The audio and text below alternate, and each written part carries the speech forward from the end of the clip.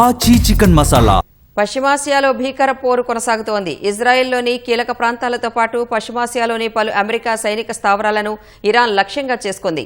ఇజ్రాయెల్లోని అత్యంత సున్నిత ప్రాంతాలైన Dimona, Tel Aviv, port city ఐలాట్లపై క్షిపణులు, డ్రోన్లతో దాడులు చేసినట్లు ఐఆర్జీసీ తెలిపింది. ఇజ్రాయెల్లో అణు రియాక్టర్ డిమోనాను ఇరాన్ లక్ష్యంగా చేసుకోవడం ఇది రెండోసారి. గతంలో చేసిన దాడిలో డిమోనా, అరాద్ నగరాల్లో 200 మందికి పైగా ప్రాణాలు కోల్పోయారని ఐఆర్జీసీ పేర్కొంది. లక్షలాది మంది సభ్యులున్న తమ వాలంటీర్ దళం బాసిస్ ఇంకా రంగంలోకి దిగలేదని, శత్రువులు తమను దెబ్బతీయాలని చూస్తే రెప్పపాటులో మరింత భారీ దాడులతో బదిలిస్తామని హెచ్చరించింది. టెహ్రాన్లో ఇజ్రాయెల్కు చెందిన అధునాతన హెర్మేస్ డ్రోన్ను ధ్వంసం చేసినట్లు పేర్కొంది.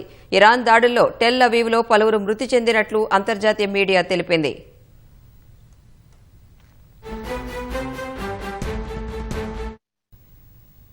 సౌదీ అరేబియాలోని చమురు నిక్షేపాలున్న తూర్పు ప్రావిన్సును లక్ష్యంగా చేసుకుని ఇరాన్ ప్రయోగించిన 19 డ్రోన్లను సౌదీ రక్షణ బలగాలు ధ్వంసం చేశాయి. బహ్రెయిన్లో క్షిపణి హెచ్చరిక సైరన్లు మోగాయి. డ్రోన్ దాడుల కారణంగా బహ్రెయిన్లో అమెజాన్ వెబ్ సర్వీస్కు తీవ్ర అంతరాయం కలిగింది. బహ్రెయిన్ రీజియన్లో సేవలను పూర్తిగా పునరుద్దరించే వరకు ప్రభావితమైన తమ కస్టమర్లను ఇతర ప్రత్యామ్నాయ AWS రీజియన్లకు మార్చేందుకు అవసరమైన సహాయం అందిస్తున్నట్లు అమెజాన్ స్పష్టం చేసింది. కువైట్ పైన ఇరాన్ దాడులు కొనసాగాయి. ఈ దాడులను అడ్డుకునే క్రమంలో పడిన శకలాల కారణంగా 7 ఓవర్ హెడ్ విద్యుత్ ట్రాన్స్మిషన్ లైన్లు దెబ్బతిన్నాయి. దీనివల్ల కువైట్లోని పలు ప్రాంతాల్లో పాక్షికంగా విద్యుత్ సరఫరా నిలిచిపోయి అంధకారం అలుముకుంది. ఇవాళ 5 బాలిస్టిక్ మిసైల్స్, 17 డ్రోన్లను అడ్డుకున్నట్లు UAE తెలిపింది.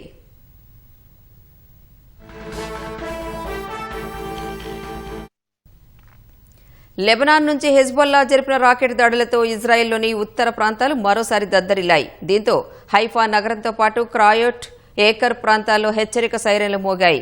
లెబనాన్ నుంచి దూసుకొచ్చిన రాకెట్లలో అత్యధిక భాగం తమ రక్షణ వ్యవస్థ ద్వారా అడ్డుకున్నట్లు ఇజ్రాయెల్ ప్రకటించింది. యుద్దం వల్ల ఇజ్రాయెల్లో ఇప్పటి వరకు 18 మంది ప్రాణాలు కోల్పోయారు. 4700 మంది గాయపడ్డారు.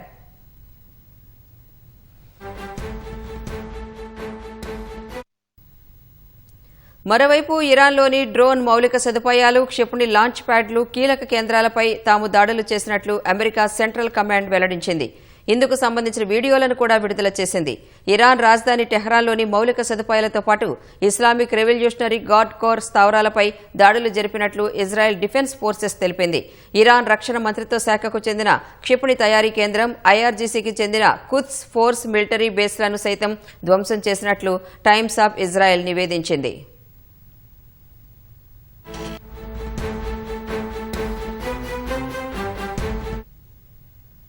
అమెరికా ఇరాన్ చర్చలకు పాకిస్తాన్ వేదిక కానుందన్న ప్రచారం జరుగుతోంది. అమెరికా ఇరాన్ కోరుకుంటే శాంతి చర్చలకు ఆతిథ్యం ఇచ్చేందుకు సిద్ధంగా ఉన్నట్లు పాకిస్తాన్ విదేశాంగ కార్యాలయం ప్రకటించింది. మరోవైపు చర్చల్లో పాల్గొనే అంశాన్ని ఖతార్ తోసిపుచ్చింది.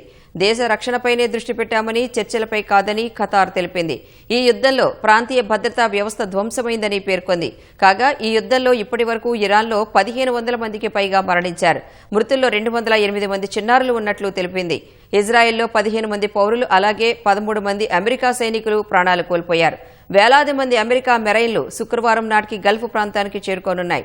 కర్గ్ ద్వీపాన్ని ఆక్రమించుకునే వ్యూహంతోనే చర్చల పేరుతో కవర్ చేస్తూ అమెరికా తన దళాలను మోహరిస్తోందని న్యూయార్క్ చెందిన సౌఫాన్ సెంటర్ విశ్లేషించింది. ఒకవేళ అమెరికా దళాలు గల్ఫ్ ప్రాంతంలో దిగితే పర్షియన్ గల్ఫ్ ప్రాంతంలో మందుపాతర్లు అమర్చుతామని ఇరాన్ తీవ్రంగా హెచ్చరించింది.